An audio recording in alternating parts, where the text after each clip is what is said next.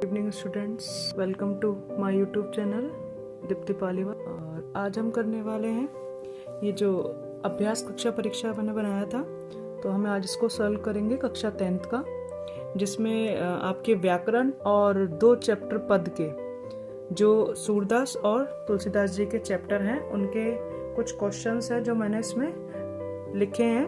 तो चलिए आपको उनके आंसर्स बताते हैं कि क्या आंसर होंगे इनके। पहले हम अलंकार से शुरू कर रहे हैं। फर्स्ट अपना है, सुनत जोग लागत है ऐसो ज्यो करऊ ककरी, कि सुनने में जो योग है वो करवी, जो कड़वी होती है ना, करोई मतलब कड़वी, कड़वी ककड़ी, मानो ऐसा लगता है जैसे किसी ने कड़वी ककड़ी खाने को दे दी हो। तो आपको पता है मानो जहां आ जाता है वहां आपका उत्प्रेक्षा अलंकार होता है।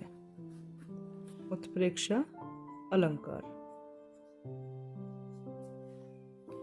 नेक्स्ट आता है हमारा, इधर उठाया धनुष क्रोध में और चढ़ाया उस पर बाण, धरा सिंधु नभ कापे सहसा विकल हुए जीवों के प्राण। देखो कि इधर तो धनुष उठाया ही है क्रोध में बस खाली, और उस पर बाण चढ़ाया है, चलाया नहीं है, बाण चढ़ाया है बस केवल।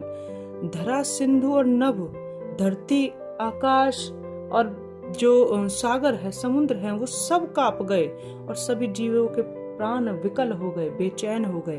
तो आपको पता है यहाँ बात इतनी अधिक बढ़ा चढ़ा कर कह गई कि उसका होना असंभव प्रतीत होता है। तो यहाँ हमारा आंसर हो जाएगा अतिशयोक्ति अलंकार। उसके बाद मुख मानो चंद्रमाएं, मानो आ गया तो आपको कुछ और देखने की आवश्यकता ही नहीं है, यहाँ उत्प्रेक्षा है। उसके बाद आता है आपका उपमा।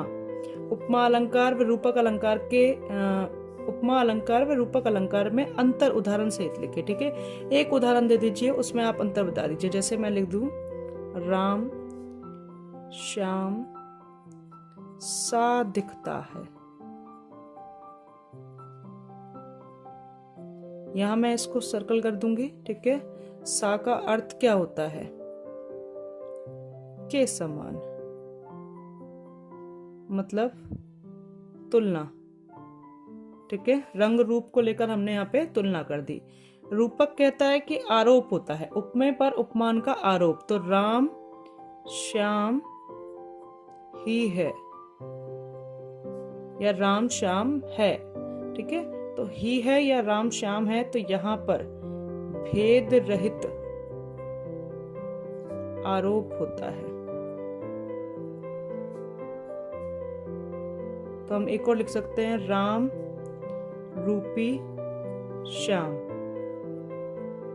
ठीक है, तो रूपी बीच में आ गया, ये भी रूपक का है, यहाँ आरोप होता है, हमें ध्यान रखना है। हर्षाया ताल लाया पानी परात भर के। देखो खुशी के मारे, ताल मतलब तालाब, तालाब इतना खुश है कि पानी परात भर के ला रहा है, तो मानवीकरण।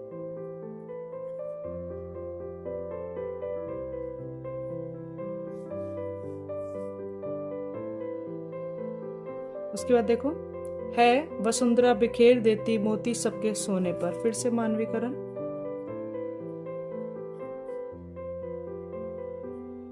ठीक है, तुम्हारी यह दंतरित मुस्कान मृतक में भी डाल देगी जान, कि किसी की मुस्कान इतनी अधिक सुंदर हो गई कि वह मरे हुए व्यक्ति में जान डाल देगी। तो यह आपका अतिशयोक्ति है। अतिशयोक्ति अलंकार। आपको मेरे चैनल पे क्लास 10 से जुड़ी हुई सारी जो चैप्टर्स हैं उनकी व्याख्या मिल जाएगी, पद के चैप्टर्स की, और बहुत सारे आपको इम्पोर्टेंट क्वेश्चन मिल जाएंगे। इससे आप अपनी कक्षा 10th की तैयारी को बहुत अच्छे तरीके से कर सकते हैं। और अगर आपको वीडियो अच्छी लगती है तो प्लीज़ लाइक और कमेंट जरूर कीजिएगा। कार्तिक की एक हंसमुख सुबह नदी तट से लौटती गंगा नहाकर। कार्तिक एक महीना है हिंदू, ठीक है, और हंसमुख सुबह नदी तट से, तो आपको पता है यहाँ कौन सा आना है कि जहाँ प्राकृतिक चीजों पर मनुष्य की क्रियाओं का आरोप हो जाए, आपको पता है वहां मानवीकरण आता है। उसके बाद देखो, प्रीत नदी में पाँव न बोर रहे दृष्टि रूप पर आ गई है ना, सूरदास के चैप्टर में से है। तो आपको पता है कि यहाँ प्रीत नदी, प्रेम रूपी नदी है ना, प्रेम रूपी नदी। तो आपको पता है यहाँ कौन सा अलंकार आएगा? आपका रूपक। बीच में रूपी आती है, आपको पता चल जाएगा कि रूपक अलंकार यहाँ पर आना है। मैं बरजी के बार तू इकलत लेती करोट, पंखुड़ी लगे गुलाब की परी है गात खरोट। गुलाब की पंखुड़ी लगने से किसी के शरीर पर चोट आ गई, अतिशयोक्ति। क्योंकि गुलाब की पंखुड़ी लगने से किसी के भी चोट नहीं आ सकती। उसके बाद देखिए नेक्स्ट,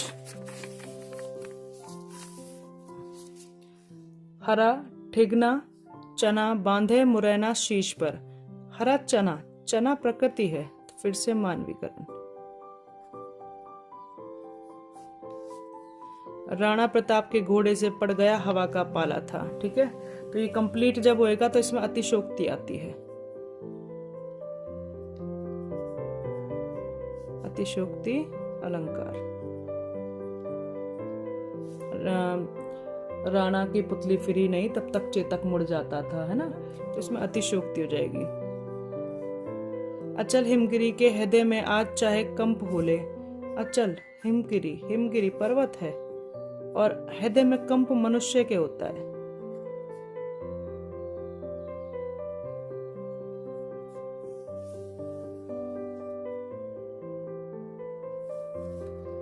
नेक्स्ट अपना आता है उपमेय और उपमान क्या होते हैं, है ना। तो जिसकी तुलना की जाती है उपमेय और जिससे की जाती है उपमान।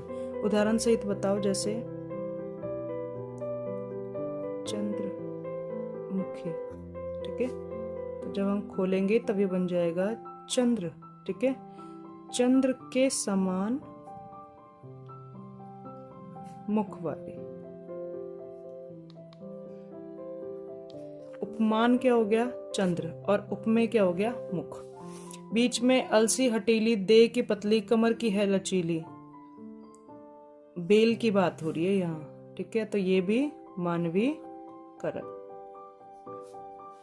वर्षा होते ही मोर नाचने लगे। ये वाक्य आपके शुरू हो गए हैं। ठीक है, 3 वाक्य होते हैं, सरल, संयुक्त और मिश्र, है ना। सरल, संयुक्त और मिश्र। बेटा मिश्र में 3 हिस्से हो जाते हैं उपवाक्य कहके, जिसमें आपका पहला संज्ञा आश्रित, दूसरा विशेषण आश्रित और तीसरा होता है आपका क्रिया विशेषण आश्रित। तो पहला ही देख लीजिए, आप पहचान याद कर लीजिए, बहुत इजी होता है। ही आ गया, वाक्य कहीं टूट नहीं रहा है, तो हमें दिख रहा है कि ये आंसर है सरल वाक्य का।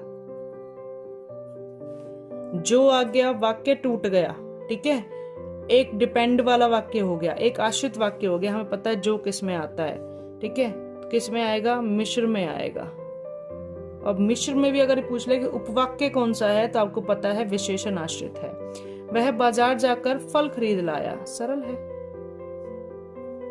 जब भगत गाते थे तब सारा वातावरण संगीत से भर जाता था। आश्रित उपवाक्य का भेद होगा, जब गाते थे। ठीक है, जब तब ये किस में आ जाते हैं आप, जब भगत गाते थे, ये उसकी विशेषता हो गई। ठीक है, तो ये विशेषण हो गया, इसमें विशेषण आश्रित हो गया। इसमें विशेषण आश्रित वाक्य। वह परिश्रम करता है इसलिए सफल है, इसलिए संयुक्त वाक्य। चोर चोरी करता रहा और मालिक सोता रहा, संयुक्त।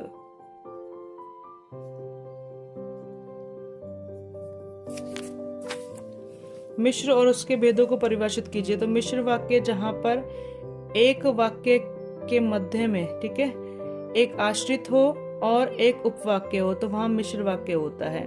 उसके 3 भेद होते हैं, जिसमें फर्स्ट होता है आपका संज्ञा आश्रित, दूसरा होता है आपका विशेषण आश्रित,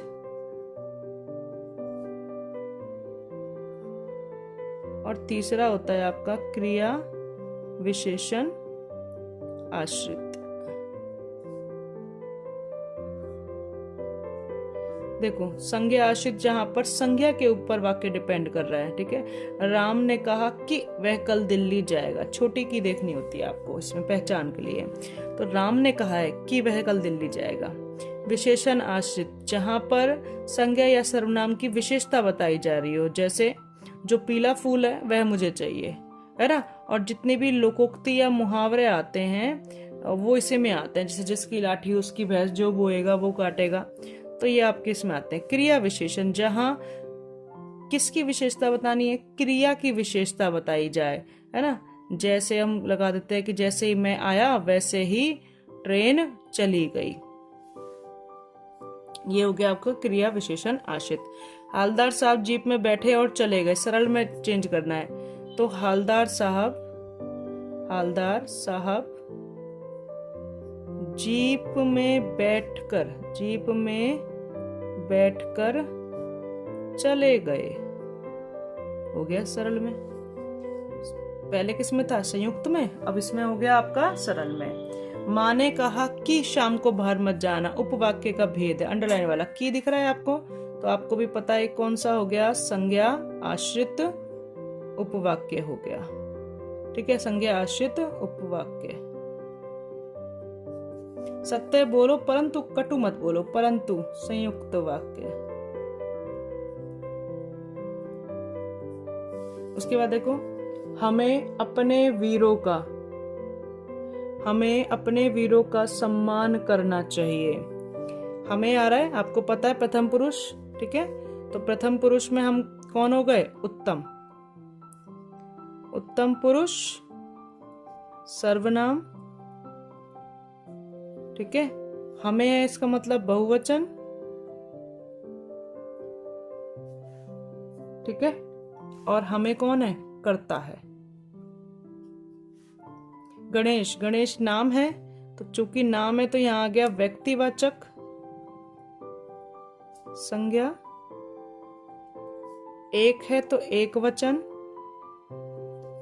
गणेश लड़का है इसलिए पुरुष मतलब पुल्लिंग, ठीक है। उसके बाद में आप देखो यहाँ पे गणेश कौन है, पुस्तकें पढ़ने वाला कर्ता, तो ये भी कर्ता कारक है। बच्चे कक्षा में, आप चाहें तो समय भी लगा सकते हैं, जैसे पढ़ता है समय लगा सकते हैं। बच्चे कक्षा में शोर मचा रहे हैं, तो बच्चे और कक्षा दोनों ही क्या है, जातिवाचक है, जातिवाचक संज्ञा कक्षा, ठीक है। बच्चे कक्षा में, एक कक्षा में शोर मचा रहे हैं, ठीक है, तो एक वचन। शोर मचा रहे हैं तो वर्तमान। ड्राइवर ने जोर से ब्रेक लगाए, जोर से क्रिया विशेषण, क्रिया विशेषण में कौन सा, रीतिवाचक, ठीक है। और अव्यय शब्द, ठीक है, अव्यय शब्द। उसके बाद देखो, काला चश्मा मन को दो, चश्मे की विशेषता है कि वह काला है, तो गुणवाचक विशेषण, ठीक है। और क्या निकाल सकते हैं हम, एक वचन,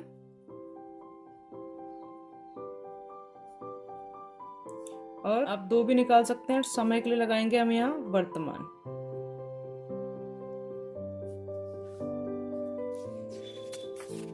उसके बाद देखिए नेक्स्ट, विथा का अर्थ होगा, विथा है ना, तन मन विथा सही, दुख, ठीक है। या आप कह सकते हैं विरह।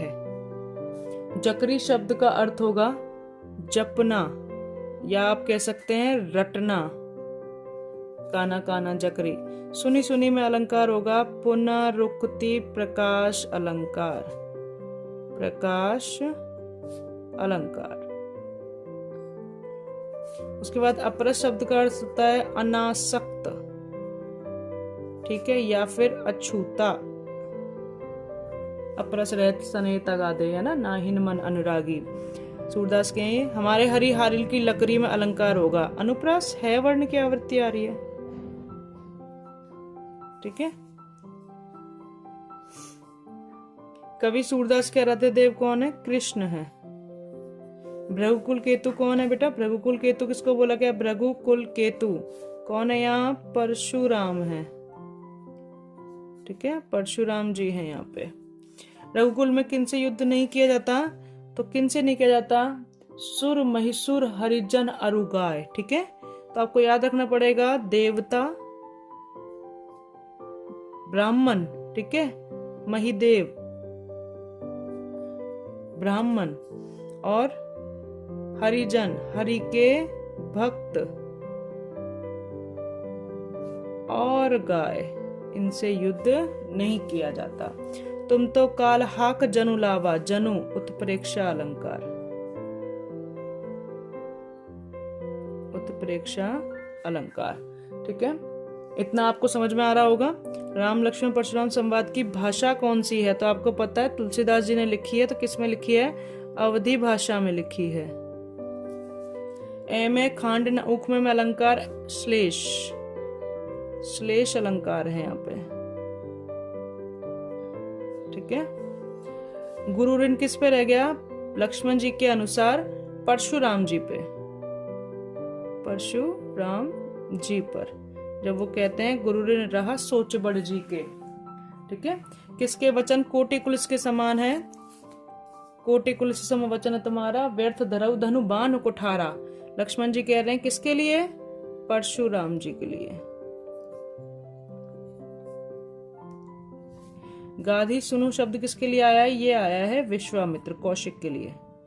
विश्वामित्र, विश्वामित्र जी के लिए, या कौशिक, कौशिक है ना, कौशिक विषय दूसरा वाला भी लगा सकते हैं आप, और वैसे बुक में आपके में ये वाला लिखा हुआ है कौशिक। ठीक है, तो अब ये मुझे लगता है आपको क्वेश्चन समझ में आए होंगे, और जो आपको लगते हैं कि इम्पोर्टेंट है वो अपनी कॉपी में उतार लीजिए इन्हें, क्योंकि छोटे छोटे से क्वेश्चन है जो हमारी प्रैक्टिस को हमेशा परफेक्ट कर देते हैं। और ऐसी और वीडियो देखने के लिए अगर आप मेरे चैनल पर नए हैं तो इसको सब्सक्राइब जरूर करें।